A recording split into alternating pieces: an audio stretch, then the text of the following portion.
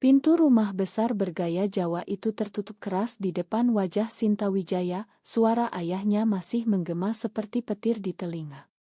"Kamu bukan anakku lagi. Keluar dari rumah ini selamanya," teriak Bapak, tangannya gemetar memegang surat cinta yang ditemukan di laci kamar putrinya. Semua karena kata-kata manis yang ditujukan untuk Rina Putri, teman sekelasnya di Universitas Gadjah Mada, gadis yang sama-sama perempuan. Malam itu, tahun 2004, di sebuah desa dekat Yogyakarta, Sinta kehilangan segalanya dalam hitungan jam.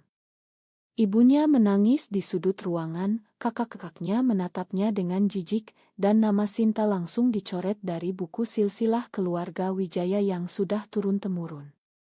Sinta berjalan kaki menuju stasiun kereta malam itu, tas ransel kecil di pundak, air mata mengalir tanpa suara.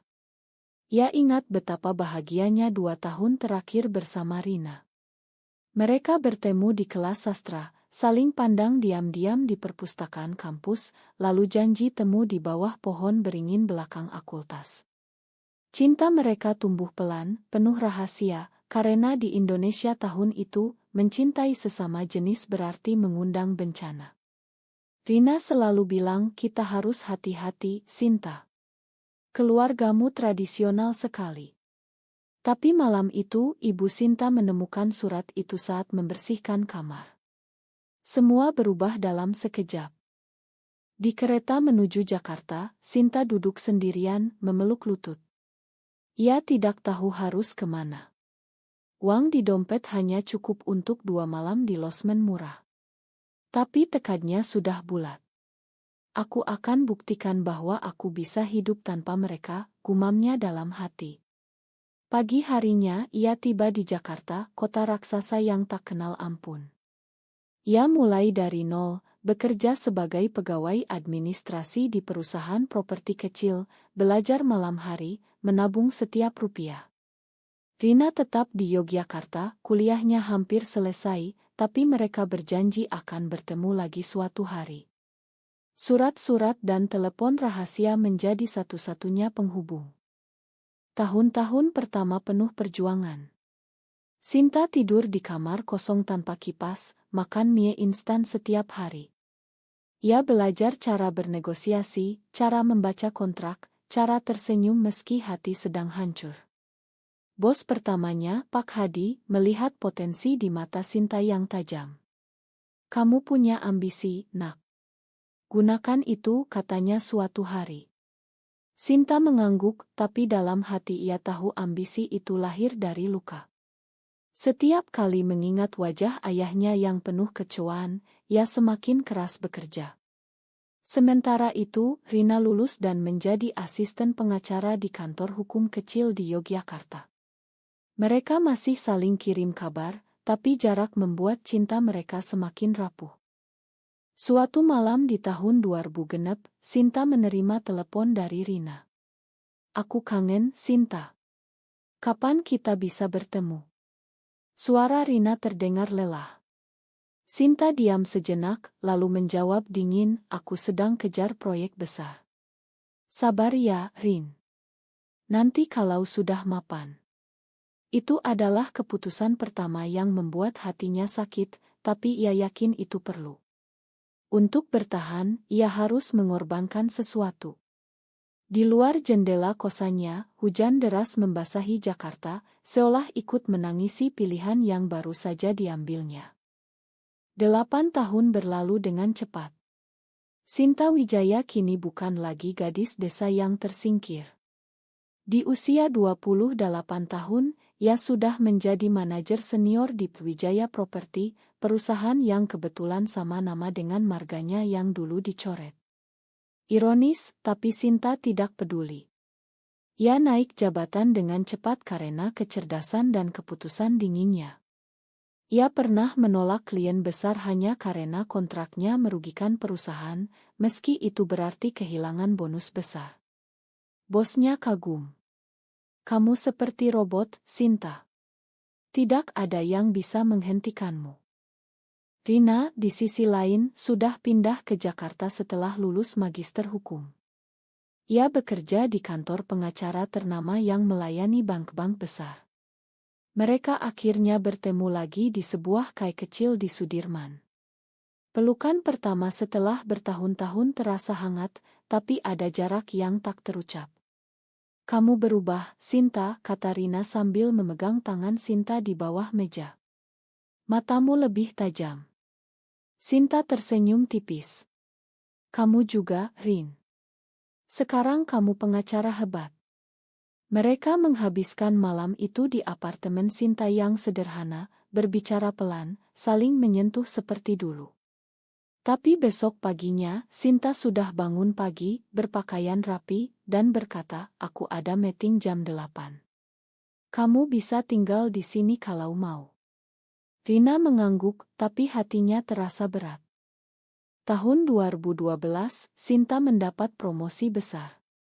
Ia memimpin proyek pembangunan mal di pinggiran Jakarta. Untuk memenangkan tender, ia harus mengorbankan mitra lama yang sudah seperti ayah baginya. Pak Hadi, bos pertamanya, terpaksa keluar karena Sinta memilih perusahaan pesaing yang lebih kuat. Pak. Bisnis adalah bisnis," katanya saat Pak Hadi memohon. Malam itu, Rina melihat Sinta menangis sendirian di balkon. "Kamu tidak harus begitu kejam, Sinta." Sinta menjawab dingin, "Kalau tidak kejam, aku akan mati kelaparan seperti dulu, Rin. Keluargaku sudah membuangku. Aku tidak mau kembali ke titik nol." Rina diam, tapi ia mulai merasakan retak di hubungan mereka. Sementara itu, di desa Yogyakarta, keluarga Wijaya mulai kesulitan. Tanah leluhur seluas 50 hektar yang menjadi kebanggaan ayah Sinta mulai digadaikan ke bank karena hutang judi kakak tertua. Sinta tahu dari berita kecil di koran lokal, tapi ia tidak bergerak. "Mereka yang membuangku," gumamnya. Rina, yang kebetulan menangani kasus serupa di kantor, mulai curiga ada hubungan. "Tanah itu milik keluarga mantanmu, kan?" tanya Rina suatu malam. Sinta hanya mengangkat bahu. "Bukan urusanku lagi." Keputusan dingin itu membuat Rina semakin khawatir. Cinta mereka masih ada, tapi ambisi Sinta mulai menelan segalanya. Di tahun 2015, Sinta mendirikan perusahaan sendiri, Sucapital. Ia jadi investor muda yang ditakuti. Rina naik jabatan menjadi senior lawyer di bank swasta besar. Mereka masih bertemu diam-diam di apartemen, tapi pertengkaran semakin sering. "Kamu semakin jauh dariku, Sinta," kata Rina suatu malam sambil menangis. Sinta memeluknya erat. "Aku lakukan ini untuk kita berdua, Rin. Suatu hari nanti kita bisa hidup bebas." Tapi dalam hati, Sinta tahu ia sedang berbohong pada dirinya sendiri. Tahun 2024, Sinta Wijaya berusia 40 tahun. Sucapital kini salah satu perusahaan investasi properti terbesar di Indonesia. Ia punya apartemen mewah di kawasan Stubd, mobil pribadi, dan nama yang disegani di kalangan pengusaha. Tapi setiap malam, ia masih bermimpi tentang pintu rumah Yogyakarta yang tertutup keras. Berita itu datang tiba-tiba melalui email dari asistennya. Tanah Wijaya di Yogyakarta akan disita bank bulan depan. Hutang sudah mencapai 25 miliar. Sinta membaca email itu 2 kali. Ia tersenyum tipis. Akhirnya, ia memutuskan untuk kembali. Bukan sebagai anak yang dibuang, tapi sebagai investor utama yang akan membeli tanah itu dengan harga murah. Rina, yang kini menjadi kepala divisi hukum di bank yang sama, langsung tahu. "Kamu serius, Sinta? Itu tanah keluargamu." Sinta menatap Rina di meja makan apartemen mereka yang jarang dipakai bersama. "Justru karena itu, Rin. Aku akan selamatkan tanah itu, tapi dengan syaratku sendiri." Rina menggeleng. "Kamu akan hancurkan keluargamu lagi." Sinta bangkit, suaranya dingin. "Mereka yang hancurkan aku dulu. Sinta tiba di Yogyakarta dengan mobil mewah, mengenakan kacamata hitam. Ia tidak langsung ke rumah lama. Ia menginap di Hotel Bintang 5, mengadakan pertemuan dengan pihak bank. Rina hadir sebagai perwakilan hukum. Di ruang rapat, mereka berdua berpura-pura tidak saling kenal. Ibu Sinta Wijaya dari Sucapital menawarkan 18 miliar untuk mengambil alih utang dan kepemilikan tanah, kata Sinta dengan suara tenang. Keluarga Wijaya yang hadir terkejut. Ayahnya sudah tua, rambutnya memutih, tapi matanya masih penuh amarah. "Siapa kamu? Kenapa kamu mau beli tanah kami?" tanya ayahnya. Sinta melepas kacamata.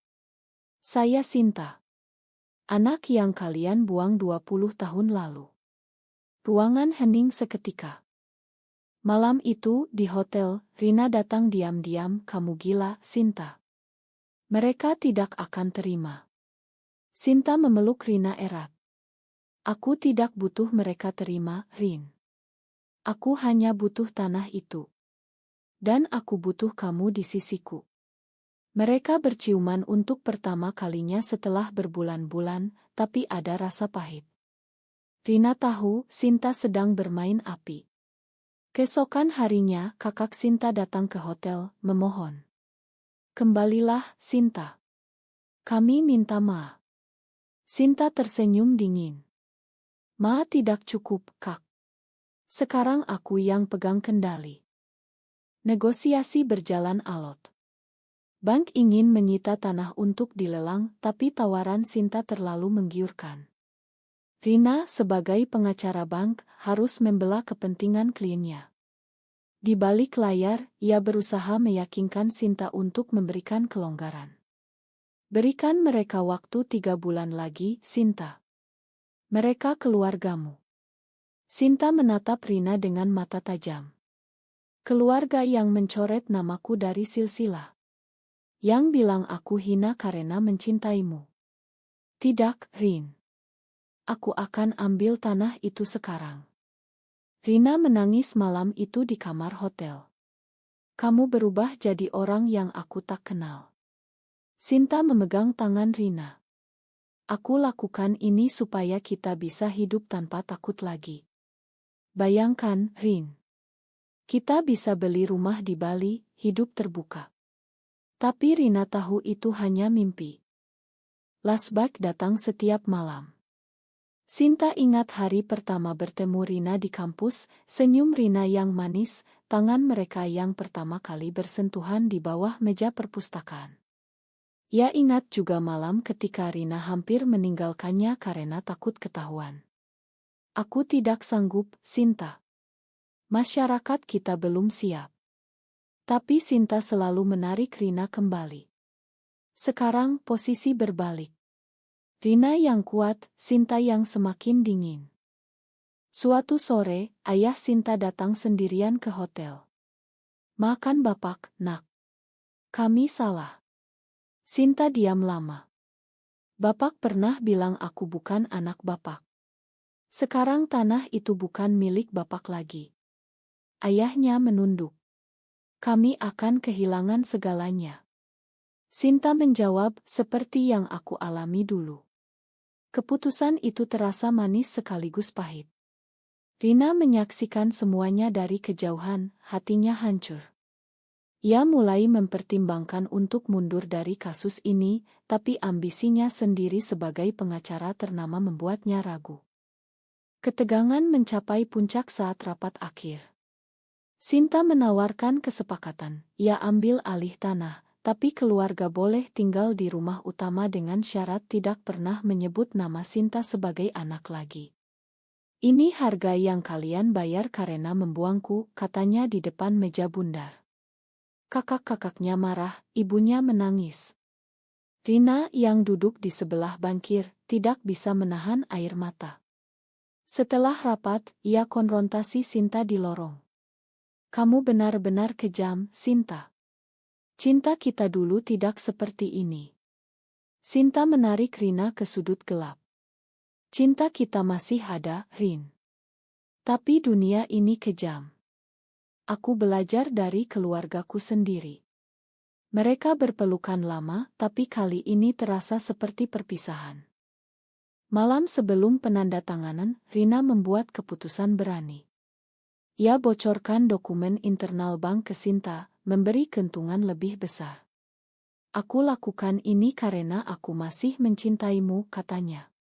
Sinta terkejut, lalu memeluk Rina erat. Tapi besok paginya, Sinta menggunakan dokumen itu tidak hanya untuk menyelamatkan tanah, tapi juga untuk menekan bank agar memberi komisi lebih besar pada Sucapital. Rina kehilangan posisinya karena bocornya dokumen. Kamu mengkhianatiku, Sinta, kata Rina di telepon terakhirnya. Sinta diam, ini demi kita, Rin. Suatu hari kamu akan mengerti. Tanah leluhur resmi menjadi milik Sucapital. Keluarga Wijaya pindah ke rumah kecil di pinggir desa. Sinta berdiri sendirian di tengah lahan luas itu, angin sore menyapu rambutnya. Ia menangis untuk pertama kalinya setelah 20 tahun. 6 bulan kemudian, tanah itu sudah mulai dibangun resort mewah. Sinta Wijaya kini semakin kaya, tapi apartemennya di Jakarta terasa semakin sepi.